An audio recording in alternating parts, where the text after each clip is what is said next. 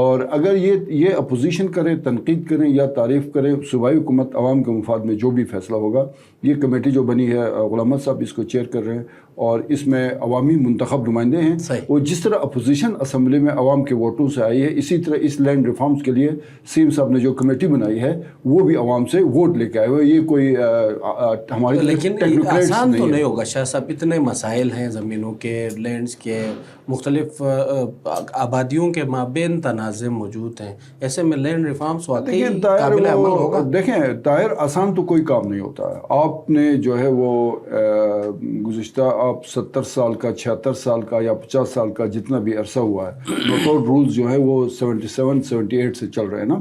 اور یہ جو خالصہ تو وہ تو پتہ اس کی صدیاں ہو گئی. جب سکھوں کی یہاں پہ حکومت تھی تو اس وقت یہ خالصہ والا ایک ٹرم انہوں نے ایجاد کیا تھا. اب ایک اتنے لمبے عرصے کا ایک ایشو ہے، وہ آپ اس کو ریزالو کرنے جا رہے ہیں تو اس میں مسائل ہوں گے، مشکلات ہوں گی، تو وہ لیڈرشپ تو وہ کہلاتی ہے نا جو ٹائم پہ فیصلے کے مشکلات کو فیس کرے، چیلنجز کو فیس کرے، اور جو بھی فیصلہ ہو وہ عوام کے مفاد میں فیصلہ ہوا.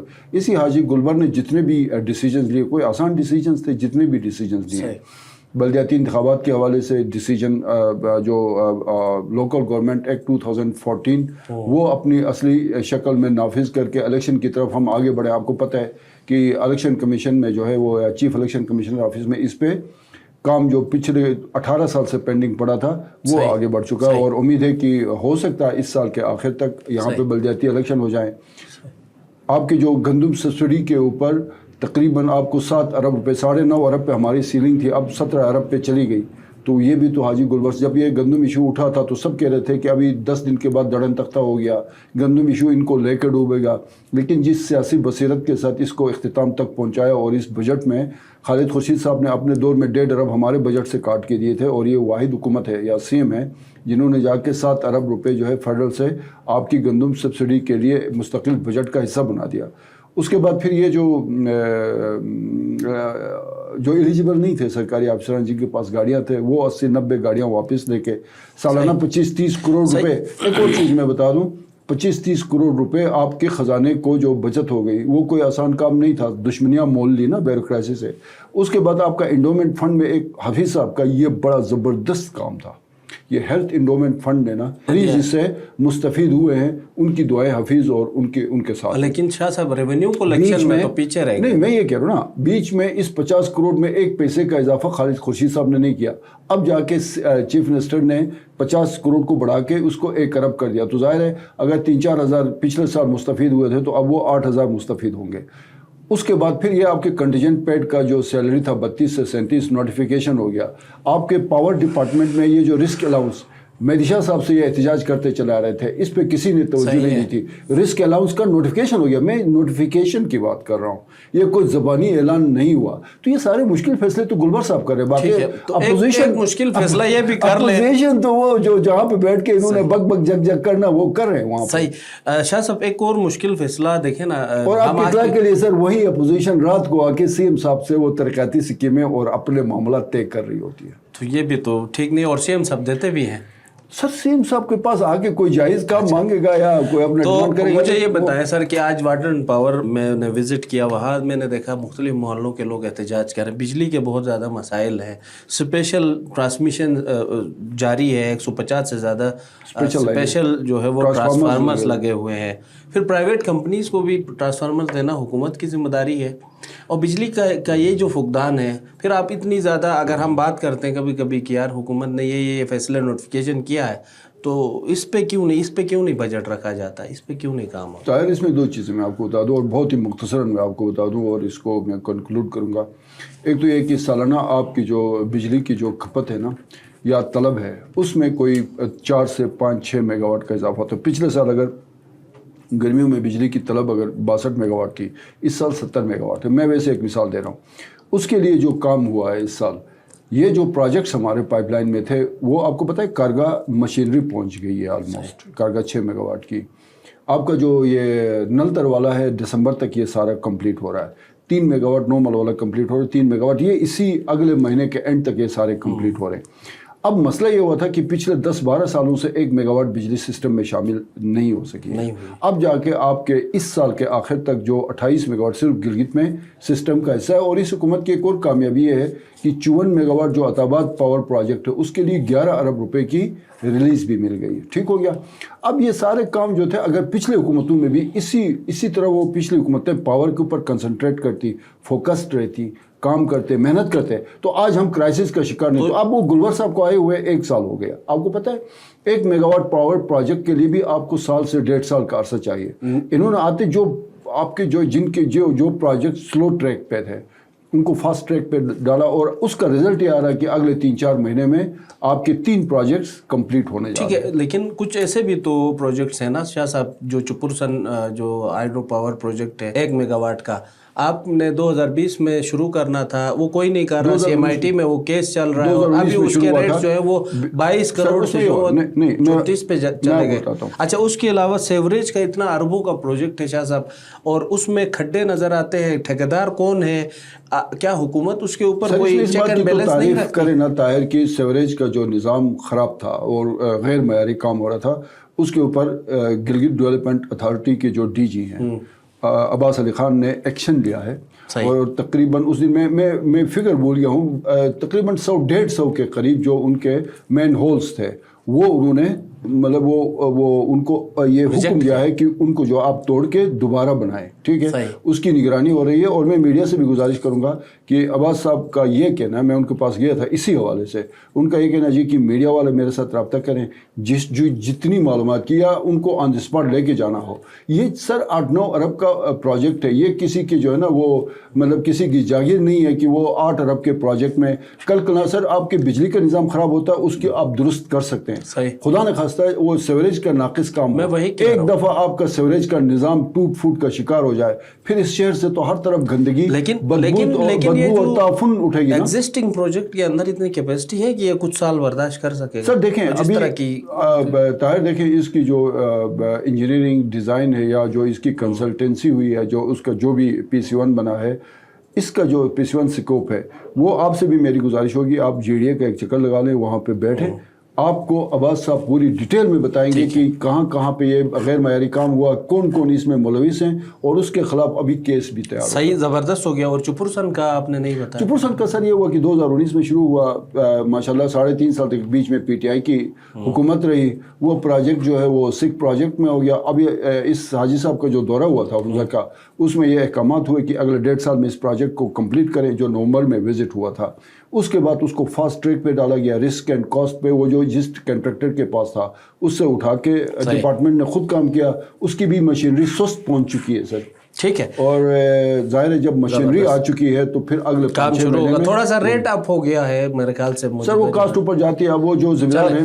اچھا ایمان شاہ صاحب, ہمارے ناظرین بھی اکثر کمنٹس میں یہ کہتے رہتے ہیں, آپ اکثر ہنزہ کی بہت زیادہ بات کرتے ہیں, منسٹر آپ انفارمیشن ہے, لوگ یہ جاننا چاہتے ہیں کہ کیا آپ واقعی صرف ہنزہ کے منسٹر انفارمیشن یا پورے جی بھی کیا؟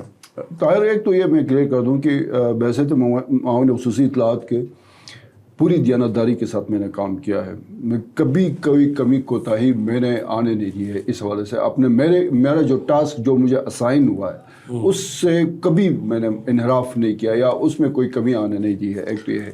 دوسرا یہ کہ ہنزہ جو ہے نا GB میں سب سے جو حکومتی سطح پہ نیگلیکٹڈ ضلع رہا ہے. بیسیکلی جو ڈیولپمنٹ کا جو بھی کام ہوا نا, ایک تو یہ ہوا کہ ہماری جو نمائندگی ہوئی ہے وہ انہوں نے بے وقت کی اذانیں دی ہیں. جس وقت ان کو حکومت میں شامل ہونا چاہے تھا وہ اپوزیشن میں رہے ہیں, اور جس وقت اپوزیشن میں ہونا چاہے تھا وہ حکومت کا حصہ رہے ہیں, جس کی وجہ سے وہاں پہ اب جو بھی ممبر آتا ہے عوام کے منتخب نمائندوں سے, اس کی مراعات تو چلتی رہتی ہیں. وہ اگر کوئی غلطی کر جاتا ہے یا حکومتی سطح پہ یا صوبے کے چیف ایگزیکٹو کے ساتھ اس کے تعلقات ٹھیک نہیں رہتے ہیں, اس کی سزا حلقے کے عوام کو ملتی ہے. ظاہر ہے آپ میں نے بتایا نا, ابھی اپوزیشن کے جو ممبرز ہمارے جو موجودہ ممبر سے بھی سخت زبان استعمال کرتے ہیں, لیکن رات کو آ کے CM کے ساتھ اپنے حلقے کے لوگوں کے مسئلے, اور ان کا جائز حق ہے, میں اس پہ تنقید نہیں کر رہا ہوں, یہ ان کا حق ہے کہ وہ اپنے عوام کے مسئلے مسائل لے کے CM صاحب کے پاس آئیں. وہ آتے ہیں. بدقسمتی سے یہ ہوا ہے کہ ہم جو ہے نا وہ شنامہ میں کہتے ہیں نا فٹنگ بک, وہ روٹ جاتے ہیں ہم. سر اس سسٹم میں روٹنا نہیں ہوتا ہے. آپ بے شک اپوزیشن میں ہیں لیکن آپ اپنے حلقے کے عوام کے جائز حقوق کے لیے آپ کی اگر جون میں ADP تیار ہو رہی ہے، مئی میں جون میں، تو آپ کو تو کنسنٹریٹ کرنا چاہیے.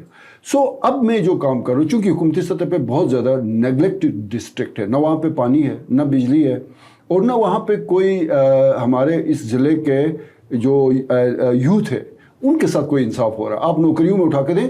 مجھے دکھ ہوتا ہے یار کہ میں آج وہ ہیلتھ ڈپارٹمنٹ کا ایک کیس دیکھ رہا تھا، LDC کی پوسٹوں پہ باہر کے اضلاع سے لا کے وہاں پہ وہ ان کی ایڈجسٹمنٹس کی گئی. اسی طرح آپ جو ہے وہ کیا کہتے ہیں اس میں محکمہ بلدیات کے اوپر آپ جا کے دیکھیں، اس کے ہیلتھ میں نے بتایا، ایجوکیشن میں آپ جا کے دیکھیں.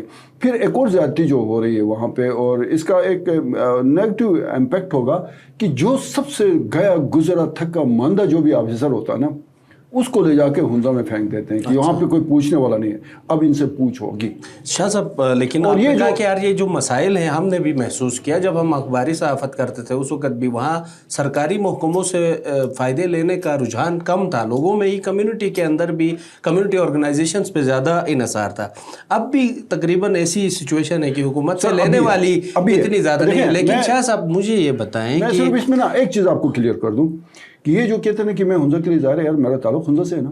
ہاں ہے. اب فتح اللہ صاحب حلقہ نمبر 2 کے لیے کام کر رہے ہیں، امجد صاحب اپنے حلقہ نمبر 1 کے لیے کام کر رہے ہیں، شمسلون صاحب اپنے حلقے کے لیے اربوں کی اسکیمیں لے کے جا رہے ہیں، منوا صاحب اپنے اپوزیشن میں ہوتے ہوئے بھی ماشاءاللہ اربوں کی اسکیمیں لے کے جا رہے ہیں. اس طرح بلتستان، اس طرح دیامیر والے، ان کے تو کوئی نہیں کہتا. آج تک مجھے بتائیں کہ کون آ کے گلگت میں بیٹھ کے پوری حکومت کا وہ اس کے معاملات کو وہ ڈیفینس کر رہا ہے. میں یہ کام بھی کر رہا ہوں، وہ کام بھی کر رہا ہوں. اور کہنے کا مطلب یہ ہے کہ آپ اگر ہنزا کے وہاں کے مسائل کو اجاگر کرتے ہیں، نو ڈاؤٹ آپ بہت اچھا کام کر رہے ہیں. آپ وہاں پہ جو یوتھ کے اندر پھیلی ہوئی مایوسی کو ختم کر رہے ہیں، بہت اچھا کام کر رہے ہیں. آپ پروموشن کر رہے ہیں اس علاقے کی، تو لوگ کہتے ہیں کہ ٹورزم آپ استور بھی لے کے جا سکتے ہیں، آپ گیزر بھی لے کے جا سکتے ہیں. پھر آپ نے ریسنٹلی ایک پرائیویٹ کسی ایک بندے کے کسی ایک پروڈکٹ کے اوپر آپ نے پوری میڈیا کمپین کی، اس پہ بہت زیادہ میں آپ کو بتا دوں وہ جو پرائیویٹ جو ایشو تھا نا، وہ بیسیکلی پورے پاکستان میں جب منصور علی خان لیول کا بندہ اس پہ پروگرام کرے گا تو پھر پورے پاکستان میں ہماری بےعزتی ہوگی. وہ ایشو ایسا تھا، اس کو کلیئر کرنا بہت ضروری تھا. جب منصور علی خان نے اس کے اوپر پروگرام کیا تو پھر مجھے آپ جیسے سینئر ساتھیوں کو لے کے وہاں لیکن اس سے نقصان ہوا نا سر، یہ تو زیادہ بلکہ ہائی لائٹ ہوا. دیکھیں مطلب زندگی کا ایک اتار چڑھاؤ ہے نا، جہاں پہ آپ کو فائدے ہیں وہاں نقصانات بھی ہیں. ہم تو ان نقصانات، فائدے، مطلب وہ سود و زیاں کو جو ہے وہ زندگی کا حصہ سمجھتے ہیں. یہ اب میں ایک چیز آپ کو بتا دوں، لیڈرشپ ان چیزوں کو دیکھتا نہیں ہے کہ اس سے کیا نقصان، اس سے کیا فائدہ ہے. وہ سمجھتا ہے کہ میں اپنے ضمیر کے مطابق یہ کام ٹھیک کر رہا ہوں. اس پہ میرے اوپر اگر 100 بندے تنقید کرتے ہیں، 100 مرتبہ کریں. صحیح. اور میں پہلے سوشل میڈیا کے اوپر ڈائریکٹ نہیں ہوتا تھا، اب میں ڈائریکٹ ہوں، اب میں براہ راست ہوں. اب میں ہر بات کا جواب دے رہا ہوں. اور جس کو جس ٹون میں جواب دینی ہے نا، جب بندے کی آگے سے تربیت ہی نہیں ہوئی ہے، صحیح، جب کسی کی تربیت ہی نہیں ہے، وہ چھوٹے بڑے کی اس کو تمیز نہیں ہے، پھر اس کے لیے وہی لینگویج استعمال ہوگی. صحیح. میں پورے جی بی کے لیے میں کام کر رہا ہوں. میں نے اس گلگت کے لیے 30 سال اپنے زندگی کے میں نے کر دیا. آپ کو پتہ ہے کہ یہاں پہ صحافت میں آپ سے میں نے کام کیا. میں نے بدترین حالات میں، آپ کو پتہ ہے 2001 میں جب میں نے ایک کالم لکھا، وہاں آغا برستا ہے یہاں ملا برستا ہے، خالق تاج صاحب نے یہ ایک وہ خطہ لکھا تھا، اس پہ کالم لکھا. اس کے بعد ایک صورتحال پیدا ہوئی. پھر اس سے اللہ نے جو بعض جو خطہ نا ڈیزاسٹر اپرچونیٹیز میں، اس کالم کے اوپر میں نے اس میں خطوط شائع کروائے. قاضی صاحب اور آغا ضیاء الدین صاحب تھے. پھر اس پہ ایک یہاں پہ دونوں آغا ضیاء الدین صاحب اس کانفرنس میں آ گئے، پھر مولانا نظر اللہ صاحب بھی آ گئے وہاں پہ. اس کو پھر ہم نے اتحاد بین المسلمین میں نے تاج صاحب نے، دکھی صاحب نے مل کے اس کو کنورٹ کیا. سو یہاں پہ میں نے گلگتی، اب میں ساری میری تمنائیاں جو ہے نا، چونکہ ہنزا کے ساتھ سب نے زیادتی کی ہے، اب میں وہاں پہ ہوں. تو اس کا مطلب یہ ہوا کہ شاہ صاحب اگلا الیکشن جو ہے، اگلا الیکشن آپ تیاری کر رہے ہیں ہنزا سے آپ الیکشن لڑنے کی، اور لوگوں کا یہ بھی ماننا ہے کہ یہ جو آپ کی ہنزا سے محبت ہے، یہ در حقیقت وہاں سے اگلے سال کا الیکشن ہے یا جو بھی. میرے لیے ہنزا سے الیکشن لڑنا میرے لیے کوئی بہت بڑا چیلنج نہیں. میرا چیلنج یہ ہے کہ جو ہنزا کے ساتھ زیادتیاں ہوئی ہے اس کا کم از کم ازالہ ہو. یوتھ کے اندر جو فرسٹریشن ہے اس میں کمی آ تو جائے. آ رہے ہیں سر سیاست میں محسوس یہ ہو یوتھ کو کہ یار ہماری لیڈرشپ بھی موجود ہے. طاہر میں نے 26 سال کی عمر میں ڈسٹرکٹ کا الیکشن لڑا, مجھے پتا ہے آپ چیئرمین بلکہ چیئرمین بھی رہے, میں وائس چیئرمین رہا ضلع کونسل کا. اس وقت ہنزا نگر گلگت ایک ہی ڈسٹرکٹ میں تھے اور بدترین حالات تھے گلگت کے اس وقت سیکٹر. بالکل ایسا, ٹھیک ہے, بالکل ایسا. مجھے کوئی ووٹ یا میرے لیے میں کوئی نوارد نہیں ہوں. میں یہ پوچھنا چاہ رہا ہوں, یہ میرے لیے بریکنگ نیوز ہے کہ آپ الیکشن لڑنے جا رہے ہیں اگلے الیکشن. میں جنرلی یہ کہہ رہا ہوں کہ جس بندے کو نا سیاست میں ایکسپیرینس ہو, اس نے اتار چڑھاؤ کا مشاہدہ کیا ہو, اس نے اچھے برے حالات کا مقابلہ کیا ہو, جس کو گورننس کی شد بدھ ہو, جس کو جو ہے نا وہ معاملات کا تھوڑا سا جو ہے نا وہ بہتر آئیڈیا ہو, تو آپ جیسے لوگوں کو پالیٹکس میں آنا چاہیے. بہت شکریہ ایمان شاہ صاحب آپ کا, آپ نے وقت دیا. ناظرین, آپ نے منسٹر انفارمیشن ایمان شاہ صاحب کی گفتگو سنی. اپنا فیڈ بیک ضرور دیجیے گا. اسی کے ساتھ مجھے دیجیے اجازت. اللہ نگہبان.